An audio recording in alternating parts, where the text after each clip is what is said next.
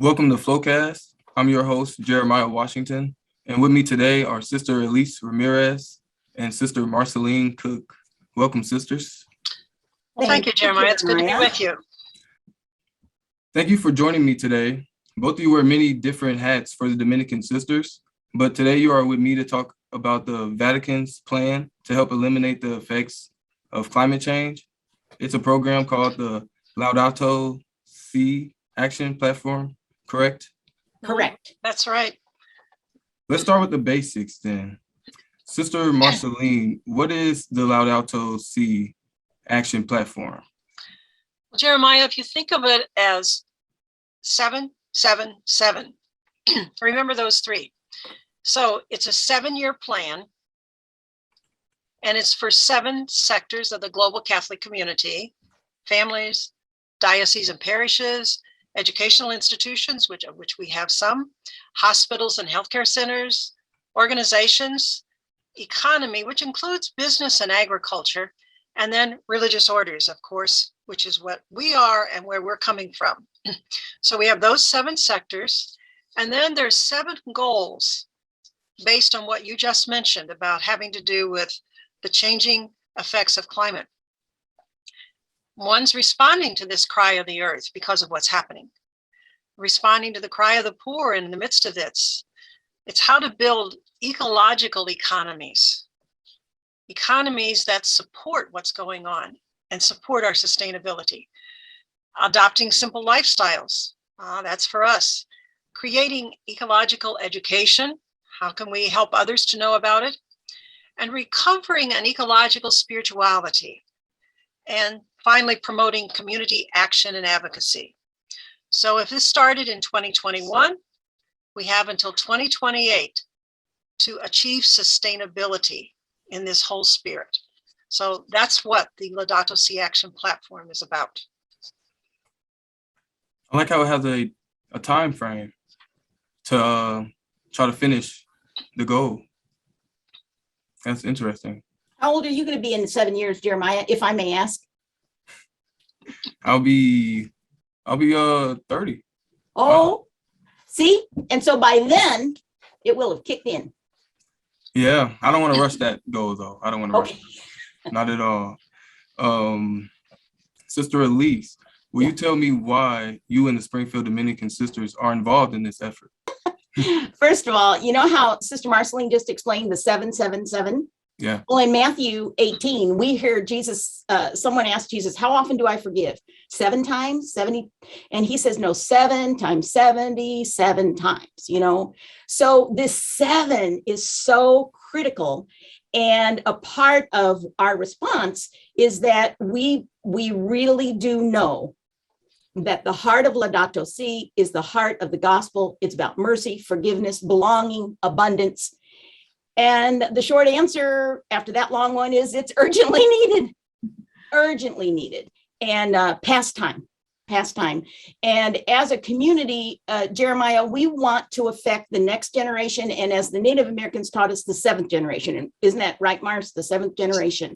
Yes. And so we want a world here for your children and your children's children and their children, and Marceline's great nieces and nephews and their children, and mine, and all those persons around the globe that we don't even know, but we are committed to. So that's a big part of our yes.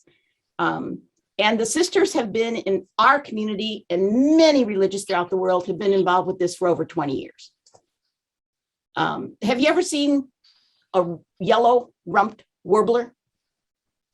No, I don't even know what that is. Well, it is this precious bird, and thanks to Jubilee Farm, you can go and see a yellow-rumped warbler. You could even go and see at Jubilee Farm, in just the right conditions, the new, not new, but a restored grasses and restored flowers, like the bottle gentian that just recently Nate found blooming. That's what we're talking about, finding a way to take the steps so that, as Marceline just said, everything comes together. It's not this is happening here and that's happening here, but it comes together. What is Pope Francis asking of religious communities like yours, in this case, Sister Marcelline? Well, I'd say Pope Francis is asking us to get on board, to join the platform and to be a part of this. But then I think another question is not just what Pope Francis is asking of us, but what does the platform ask of us? If we buy into it and say yes, which we are, along with many others, what is it going to require of us? So I was thinking about that. It's going to require time. First of all, for some folks, it's time to study and to plan. How are we going to do this? And we have a committee that does meet about that. It's going to require some energy to be connected and look at possibilities. And I'm going to go back to my time, just thinking of what Sister Elyse said. When she was talking about what she saw or can see at Jubilee Farm, it takes our time and attention to those kinds of things. And I also think it's going to take a willingness to change our habits that are detrimental to the future of Earth. And that's going to be the one that's going to cost us. We're not going to like, we will think that we're being inconvenienced. For instance, here's just some questions I'll throw out. Can I get by without needing and using single-use plastics? Think of how often you do that in a day. Can I use a rag instead of always grabbing a paper towel to clean up something? Can I not only reuse and recycle, because that's kind of a common thing for us, but can I also reduce? Can I consume less? Can I stop buying bottled water? I always talk about that one when I do Catholic social teaching, because when we buy bottled water, we're promoting the privatization of water. And water really ought to be a human right for us because we need it. Our bodies are 85% water, so we have to have it. And the last question I'll just pose to go with this one is, can I reduce the waste from my home trash that goes into a landfill? I remember someone saying to me, they never say, oh, I'm going to put this in the trash. They always say to themselves, I'm going to put this in the landfill, because it reminds us where that goes.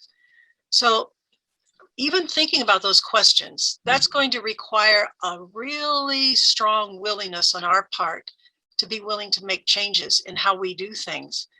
But we're doing it for the good of what Elyse was talking about, the future, for our nieces and nephews and our great nieces and nephews, down to many, many generations ahead. I never realized how the small things like that is a habit that is so hard to break for us. For people like, myself, that, like you said, can I just use a rag instead of paper towels to wipe something up? I would have never thought of, It's not all that easy either, Jeremiah, because our house decided to try that this year. And we were so grateful when we realized we had 7 years to do it. Because it's a real, you reach for it. And so the first week we were absolutely awesome. I won't say how many weeks we've been doing it at our house for quite a few years, but we are right now, we're still buying paper towels, but we keep a container of rags in the kitchen. Oh, good. So that more frequently we'll use a rag instead of a towel. So we are using less paper towels. So sometimes there has to be steps into this.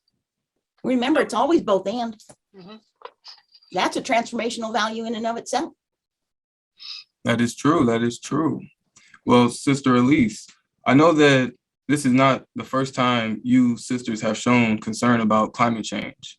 I've been watching you for almost 6 years now. Can you tell me what you're already doing to live more sustainably? That is so awesome. Really? Has it been that long, Jeremiah? That is so cool. Almost See? 6. Talk about sustainability. We must be doing something right to keep you. Well, many of us have been making changes all along. And what Laudato Si is doing right now to help this be sustainable, you asked, what are we doing to live more sustainable? And we've been at it, is we're putting them together, kind of a synergy.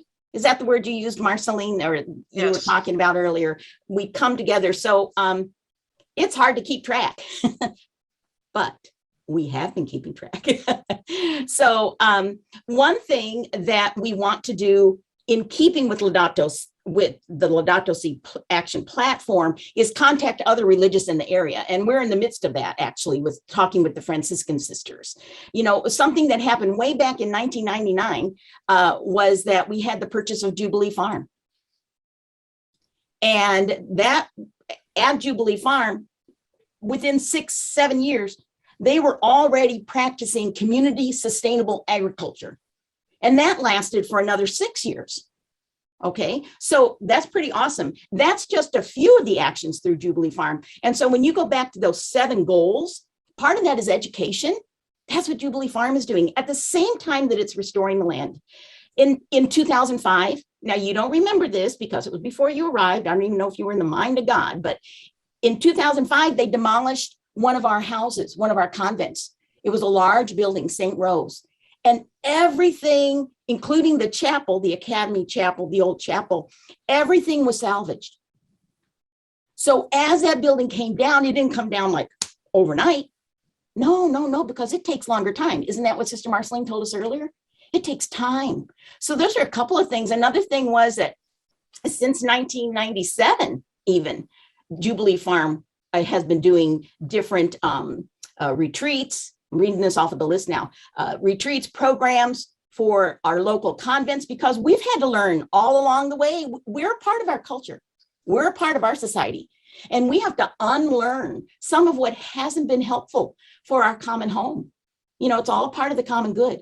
Even 𝐻𝐿𝐴, which was a renewal center way back in the mind of God, even then in their newsletters, in 𝐻𝐿𝐴's newsletters, they were talking about sustainability and ecological issues. We sent sisters to the border to work and with the immigrants, listening to the cry of the poor. That's one of the goals of Laudato Si. We have associates in Peru who actually participated in the Amazonian Synod in 2019. There's a conference for sisters and such in Peru, and they asked the associates from each congregation, just 2, I think, to participate. You know, this is about justice. This is about racial justice. There is no racial justice outside of ecological justice. Would you agree, Mars? Absolutely. And there's no ecological justice outside of racial justice, because we've got to pay attention to who's paying the price of these choices. You know, we're using social media today, right? At this very un momento, right? And algorithmic injustice has to be assumed, and not assumed, but really looked at, even in how those algorithms are allowing social media to get out the education, get out the information. I shall stop it. You see how busy we've been? Very. And sustainable. At the same time. This sounds really great. It is. And it sounds like you could use some help. How can others get involved, Sister Marcelline? Let us know. Okay, well, first of all, people have to know what this is about. There's a website for the Laudato Si Action platform. You can just Google it, actually, and it will have different pieces of what is happening and what's going on. Also, I'd like to challenge people to read the encyclical Laudato Si. If you don't have a copy, you can also go online and Google it with the word Vatican, and you can pull up a copy of it to read. Also, there's in the resources on the Laudato Si Action Platform website, there's a little animated video. It's really for young people, but I always find when they do those things for young people, there's such a clarity about them that adults can learn from them, because it introduces Laudato Si. It's very worth your time. I'd also tell folks, check and see how your diocese or parish is being involved, or are they involved in this? Maybe you can connect with others who are working on this effort. If folks want to contact us, that's fine. Also, we have a flyer that we can share. It has suggestions for the 5 R's: respect, reuse, recycle, reduce, and restore. And it has suggestions under each of those.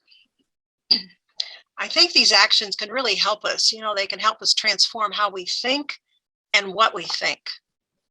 I'm just so conscious as I was saying this, something that I learned yesterday. I do work with what's called socially responsible investing. And I was learning about companies. And there's a very large company, and I was learning about how it is destroying the Amazon in the deforestation. And it's a company that produces meat for a lot of our fast food restaurants. And so that to me was how respecting, restoring, there's so many of those pieces that even goes into that larger picture. You know, there's a question about faith. Somebody says, you know, is it that I believe first and then I act? Or do I act and then that leads me to belief? And I always think it's both. Mm-hmm. Sometimes it's one way and sometimes the other, you know, but whatever it is, we are all called to respond in some way. And so those are just some starting ways. And then maybe as folks get involved, they can find more ways to be involved in this.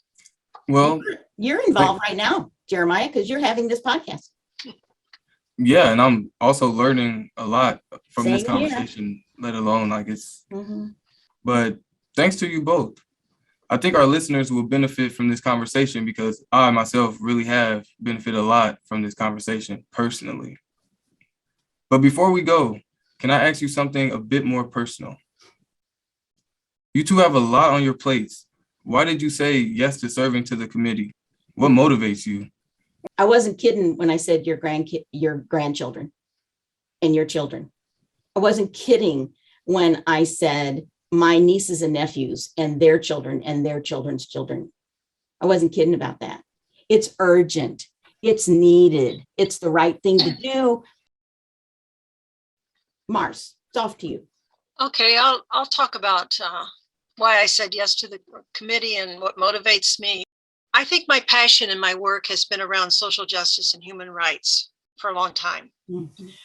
But I have to admit that over these past years, maybe 10, 15, I've been challenged to see rights beyond human rights. And that's a challenge. Yeah, it is. Let me think of it this way. You know, I think about the 2003 war in Iraq, because we have a connection with the Iraqi Dominicans. And when we talk about the war, we talked about the civilians it killed. But the war also killed the air. It killed the soil. It killed the water. For instance, weapons with depleted uranium poisoned the soil against future planting. And so that soil and air and water has rights too in its own way. And so for me, growing in this understanding that all of creation has its own integrity because it was created by God, how can I not work to protect our common home? Well, I'm very grateful for this conversation. I'm even more grateful that we was able to do this for, an episode of Flowcast, to get this out there, let people know that this is serious. We're putting action behind words to make a change. So thank you again very much, Sister Elyse and Sister Marcelline. Thank you, Jeremiah. 7 times 7 times 77 times. But thank you both very much for joining us today. I've enjoyed it. For our listeners, we'll put links to the resources you mentioned in the show notes at flowcastlisten.org. This is Flowcast. I'm your host, Jeremiah Washington, and we're out. Stay blessed.